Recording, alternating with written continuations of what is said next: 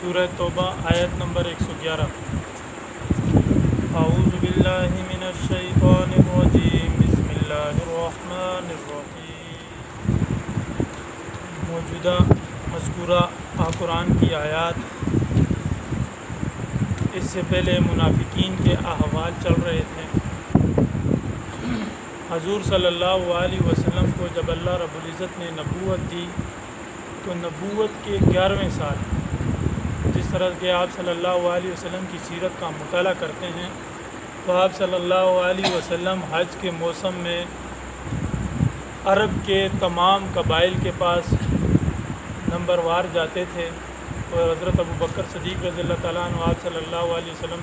کے ساتھ ہوتے تھے اور ان کے اوپر اپنے آپ کو پیش کرتے تھے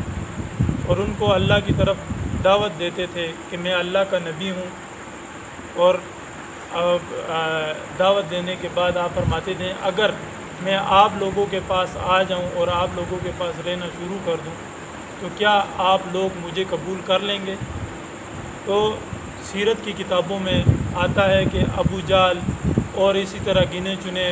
بڑے بڑے جو آپ صلی اللہ علیہ وسلم کے دشمن تھے، کافر تھے، یہ آپ صلی اللہ علیہ وسلم کا حج کے موسم میں پیچھا کرتے تھے،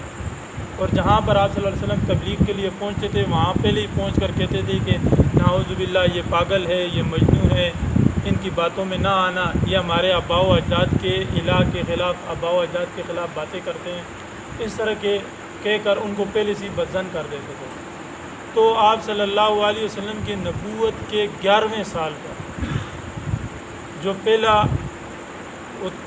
آیا تھا، پہلا یہ قرآن کی آیات اس متعلق ہیں۔ مدینہ سے 5 صحابی، 6 صحابی، عقبہ اولا اس کو کہا جاتا ہے، آپ صلی اللہ علیہ وسلم نے اپنے آپ کو ان کے اوپر پیش کیا، تبلیغ دی، اللہ کی طرف بلایا، ایمان کی دعوت دی، تو انہوں نے آپ صلی اللہ علیہ وسلم کی بات کو غور سے سنا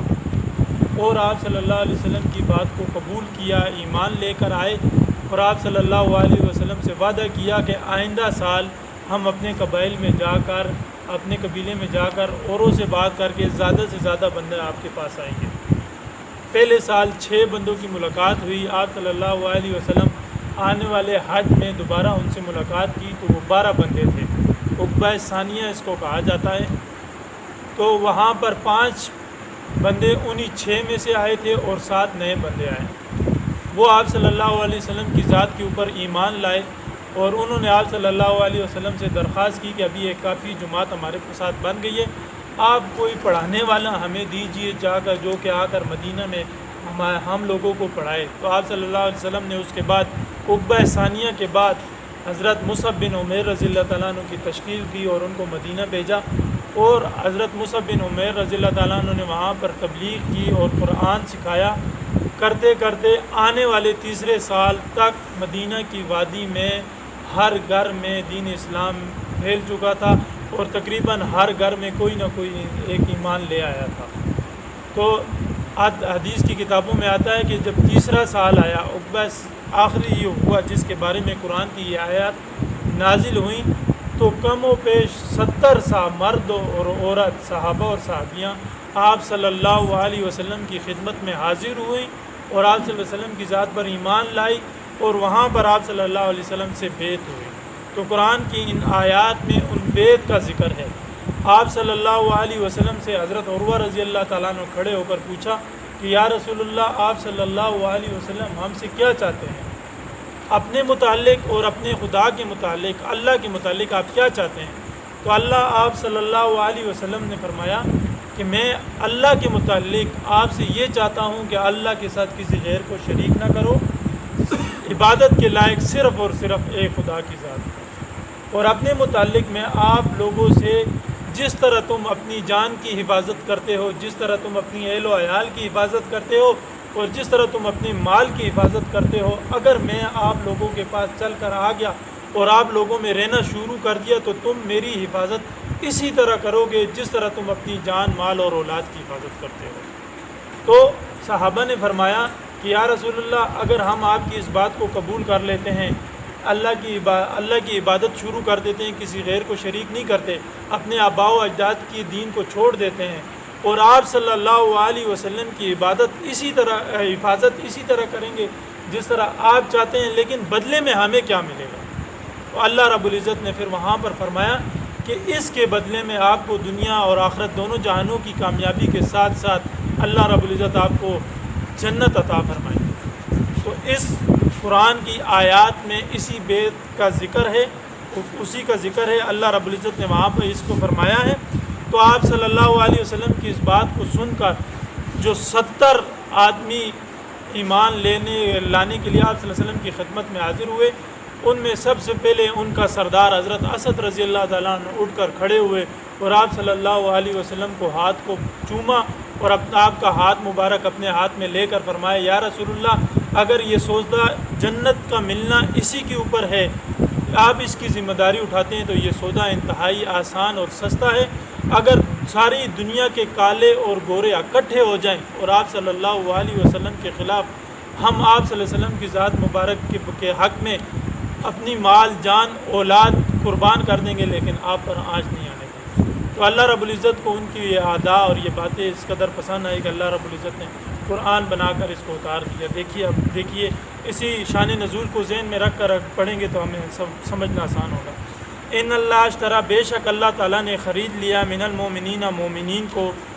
انفسہم، ان کی جانوں کو اور ان کے مالوں کو، بان لہم الجنہ، بدلے جنت کے،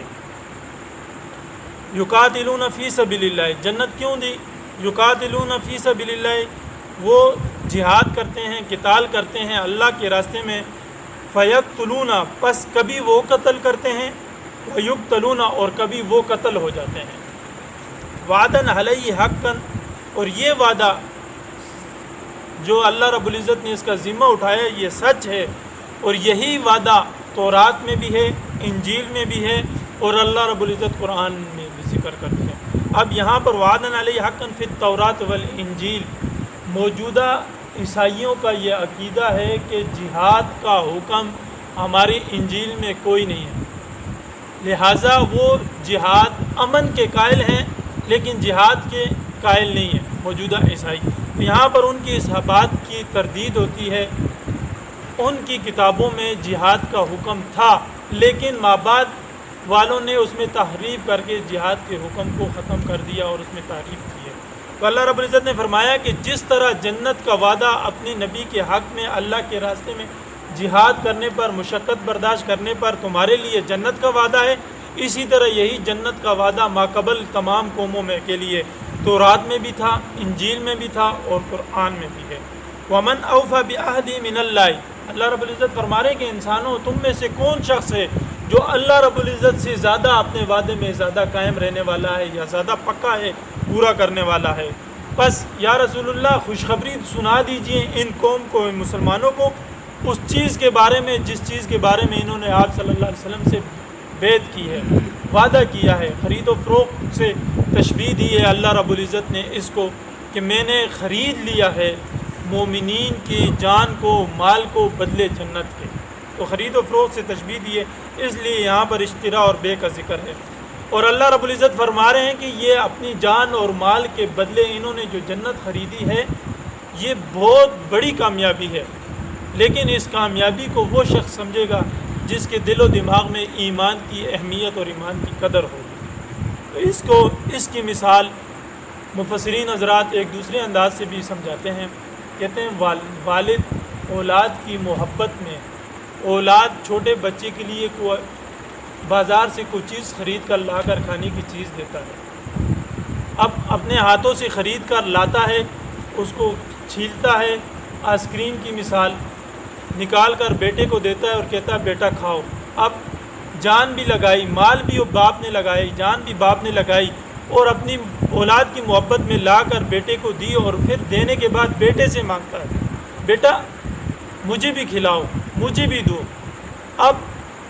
کمانے والا، کما کر جا کر بازار سے خریدنے والا، لا کر دینے والا باپ ہے، لیکن محبت میں اپنی اولاد سے تھوڑا سا مانگ رہا ہے۔ اسی طرح ہماری جان، ہماری مال دینے والا اللہ رب العزت کی ذات ہے، اس کے بدلے میں جنت دینے والی ذات اللہ رب العزت اسی باپ کی محبت کی طرح اپنے اس بندے سے مانگ رہا ہے۔ کہ میرے راستے میں میرا دیا ہوا تھوڑا سا خرچ کرو، تھوڑی سی مشقت برداشت کرو، تھوڑی سی آزمائش میں صبر کرو، اس کے بدلے میں تمہیں جنت دوں۔ لیکن ہم ناشکرے ہیں، فوراً ناشکری پر اتر آتے ہیں۔ اللہ رب العزت ناشکری سے ہمیں حفاظت فرمائے۔ اب اللہ رب العزت فرما رہے ہیں کہ یہ جنت یہ انتہائی آسان و خرید و فروخت والا معاملہ ہے، لیکن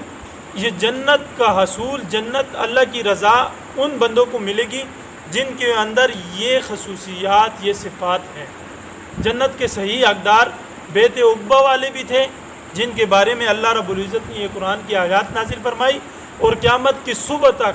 ہر وہ مومن جس کے اندر یہ صفات التائبون العابدون الحامدون آنے والی آیات میں ذکر کی ہیں، جس میں یہ صفات مومن میں موجود ہیں، وہ اس جنت کا حقدار ہے۔ اللہ رب العزت اس نے جنت لکھ لی ہے۔ وہ صفات کون سی ہیں؟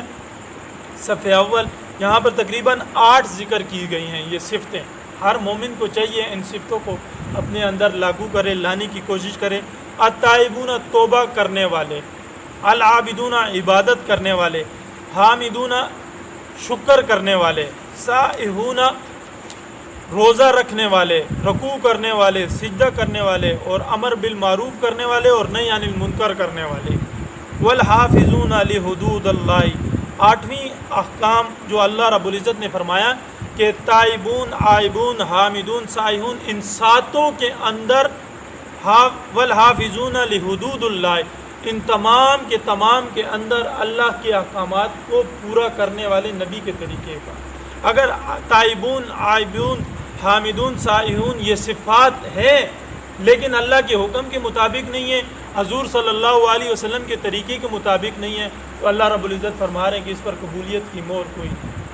ان تمام کے اوپر یہ قبول تب ہوگی، جنت کا حصول تب حاصل ہوگا جب والحافظون لحدود اللہ، اللہ کے حکم کے مطابق، نبی کے طریقے کے مطابق ہوگا۔ وبشر المومنین، اور جس نے ان تمام صفات کی حفاظت، حدود کی حفاظت اللہ کے حکم اور نبی کے طریقے کے مطابق اپنے اندر لاگو کیا، اپنے اوپر لاگو کیا، اس کے لیے، ان مومنین کے لیے خوشخبری سنا دیجئے جنت کی۔ پھر آگے اللہ حضور صلی اللہ علیہ وسلم کے بارے میں اللہ رب العزت نے قرآن کی آیت نازل فرمائی، ما کان لنبی، اس کے شان نزول کو سمجھیے۔ حضور صلی اللہ علیہ وسلم کو جب نبوت، آپ صلی اللہ علیہ وسلم نے جب نبوت کا اعلان کیا تو تمام کے تمام کفار کا، عرب کا، مکے کا جو معاشرہ تھا آپ صلی اللہ علیہ وسلم کی مخالفت میں کھڑا ہو گیا، اور ہر قسم کی ذہنی جسمانی اذیت پہنچانے میں انہوں نے کوئی کسر نہ اٹھائی رکھی، ہر قسم کی اذیت دینے کے درپے تھے۔ ان حالات میں آپ صلی اللہ علیہ وسلم کے چاچا ابو طالب ہر مشکل میں، ہر قدم پر، ہر جگہ پر آپ صلی اللہ علیہ وسلم کے پاس ساتھ کھڑے تھے، اور آپ صلی اللہ علیہ وسلم کو مکمل ہر اعتبار سے، سماجی اعتبار سے، مالی اعتبار سے، سیاسی اعتبار سے، ہر اعتبار سے سپورٹ کرتے تھے۔ تو اہل مکہ کا جو معاشرہ تھا، اس کے جو بڑے بڑے سرگرداں دشمن تھے آپ صلی اللہ علیہ وسلم کے، وہ ابو طالب کی وجہ سے ڈرتے تھے، کھل کر اس طرح وار، اس طرح چال، اس طرح آپ صلی اللہ علیہ وسلم کی ذات کے اوپر اٹیک نہیں کر سکتے تھے۔ تو آپ صلی اللہ علیہ وسلم کے دل میں بہت بڑی تڑپ تھی ان کے لیے کہ وہ کسی نہ کسی طریقے سے دائرہ اسلام میں داخل ہو جائے، تاکہ کل آپ صلی اللہ علیہ وسلم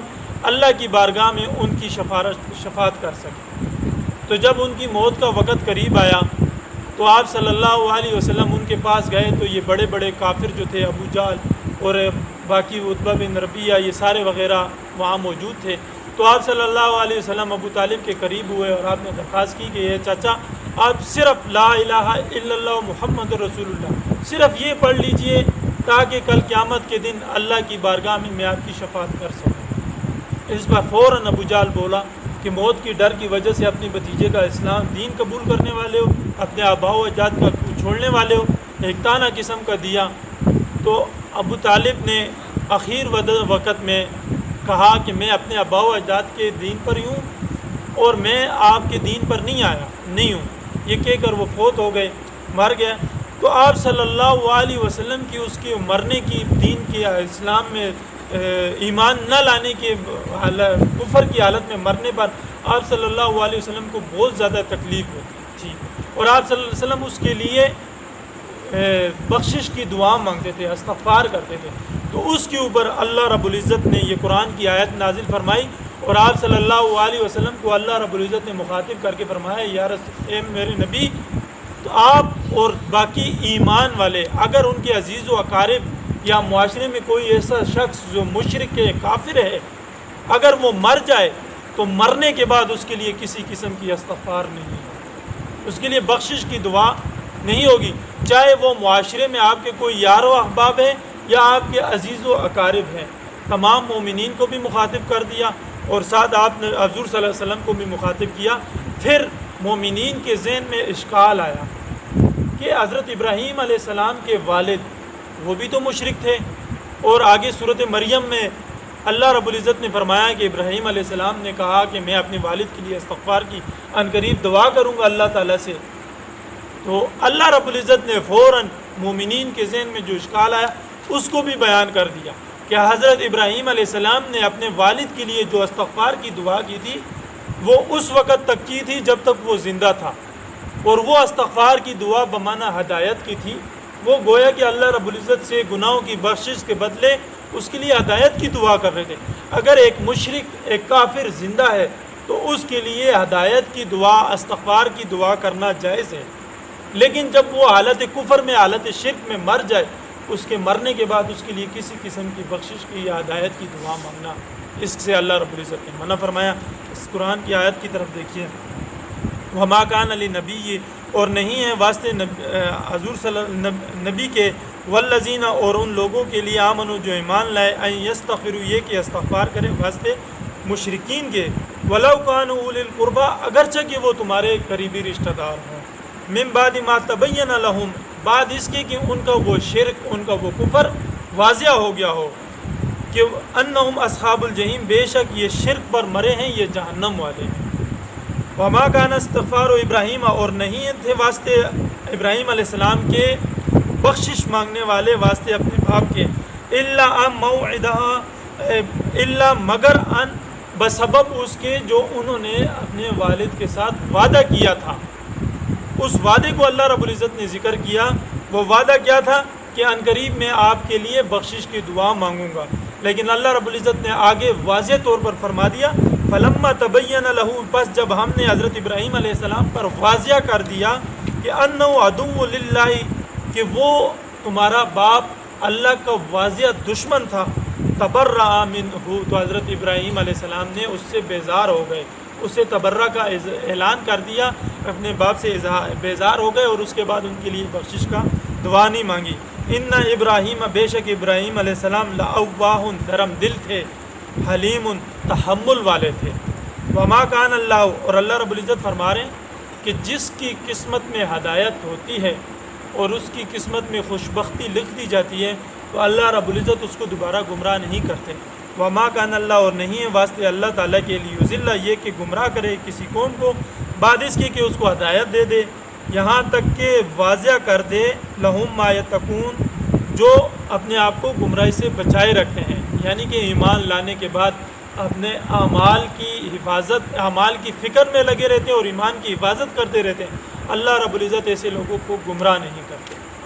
ان اللہ، بے شک اللہ تعالیٰ ہر چیز کے اوپر علم رکھنے والے ہیں۔ آگے اللہ رب العزت نے اپنی وحدانیت کو بیان فرمایا کہ بے شک زمین و آسمان کی بادشاہی واسطے اللہ تعالیٰ کے لیے، اسی میں کوئی غیر شریک نہیں، اور وہی زندہ کرنے والا ہے اور وہی موت دینے والا کرنے والا ہے۔ وما لکم من دون اللہ من ولی ولا نصیر، اور اللہ رب العزت کے علاوہ دنیا میں بھی اور آخرت میں بھی کسی قسم کے مددگار اور دوست نہیں پاؤ گے۔ اللہ ہی دنیا اور آخرت میں دوست ہے اور مددگار ہے۔ ترجمہ دیکھیے۔